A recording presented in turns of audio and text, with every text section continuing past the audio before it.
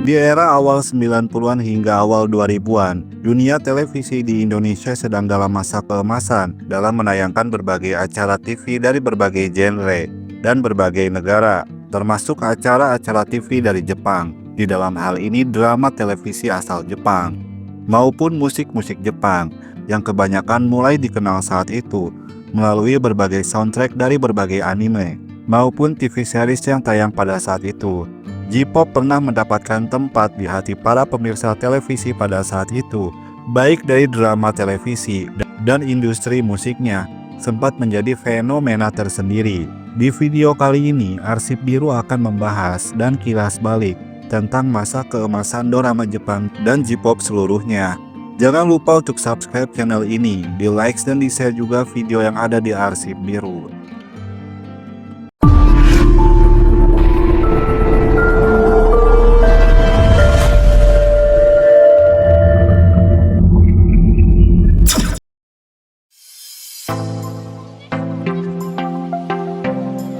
Sebelum istilah dorama atau tokusatsu dikenal luas, sebetulnya serial Jepang sudah lebih dulu hadir di layar kaca Indonesia sejak era 80-an, tapi puncak popularitasnya terjadi di era 90-an hingga awal 2000-an. Seiring makin berkembangnya stasiun TV swasta seperti RCTI, SCTV, Indosiar, dan TPI, salah satu titik awal drama Jepang di Indonesia adalah penayangan OSIR pada era 80-an di TVRI. Serial ini menceritakan perjuangan hidup seorang gadis kecil dari keluarga miskin hingga menuju usia dewasa dan berjuang untuk dapat hidup sukses. Kisahnya menyentuh perhatian penonton Indonesia, bahkan sampai menjadi ikon. Masuk tahun 90-an, stasiun TV swasta mulai mencari alternatif hiburan impor yang tidak terlalu memakan biaya namun tetap berkualitas. Dan dari sinilah, serial Jepang menemukan momentumnya. Banyak stasiun TV swasta saat itu beranggapan kalau tayangan drama Jepang membutuhkan biaya yang lebih murah dibanding serial TV Barat, namun tetap memiliki cerita yang kuat dan daya tarik yang menarik. Serial seperti Tokyo Love Story dan Ordinary People ditayangkan di era 90-an, lalu meraih kesuksesan. Apalagi serial-serial drama Jepang selanjutnya juga mendapatkan kesuksesan yang luar biasa. Judul-judul seperti Anchor Woman, Long Vacation, dan Beach Boy, dan judul-judul lainnya mulai menguasai penikmat acara televisi pada saat itu.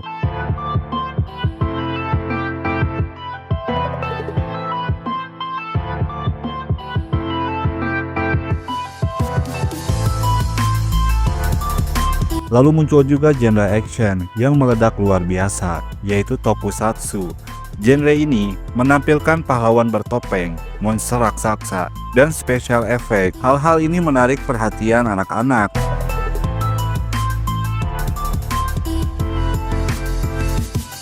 Sejak pertengahan era 80-an, sebetulnya anak-anak juga sudah mulai mengenal serial Jepang. Serial anak-anak yang kala itu dikenang adalah Megaloman. Hingga di awal 90-an, stasiun TV swasta mulai bermunculan di Indonesia.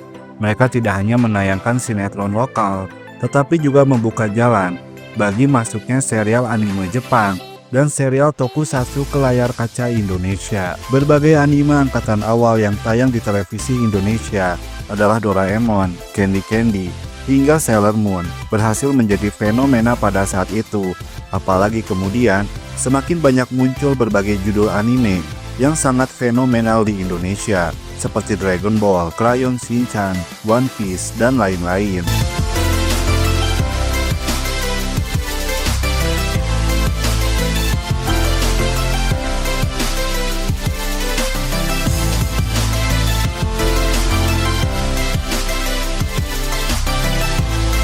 Muncul pula berbagai superhero Jepang seperti Kesatria Baja Hitam dan sekelompok superhero yang masing-masing memiliki kode warna yang berbeda, yaitu serial Super Sentai yang diadaptasi di Amerika Serikat menjadi Power Rangers. Tidak semua season Super Sentai hadir di Indonesia, namun di era 90-an, serial Super Sentai yang paling populer diantaranya adalah Pasukan Turbo yang tayang di RCTI pada tahun 1995, diikuti dengan berbagai Super Sentai di era 90-an yang mulai hadir di Indonesia seperti Live Man, Flashman, Ninja Ranger, dan banyak lagi. Kehadiran superhero raksasa Ultraman juga berhasil mendapatkan tempatnya masing-masing di hati anak-anak Indonesia. Kehadiran serial TV dan anime Jepang diikuti oleh fenomena lagu-lagu Jepang yang dimulai dari soundtrack acara-acara TV Jepang tersebut.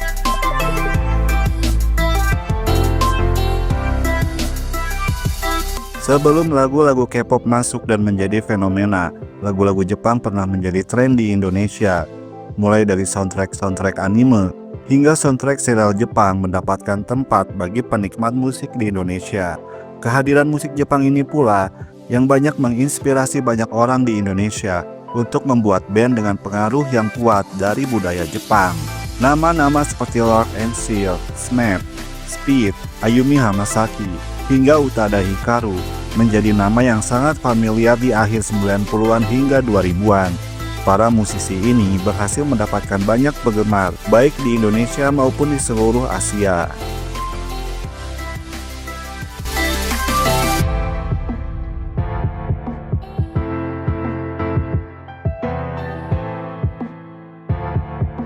Seiring waktu, terutama ketika tren K-pop mulai mendominasi Indonesia, perlahan-lahan serial Jepang semakin jarang ditemukan di televisi. Apalagi kemudian, serial-serial anime Jepang juga perlahan semakin tergusur oleh tayangan-tayangan lokal di stasiun TV Indonesia.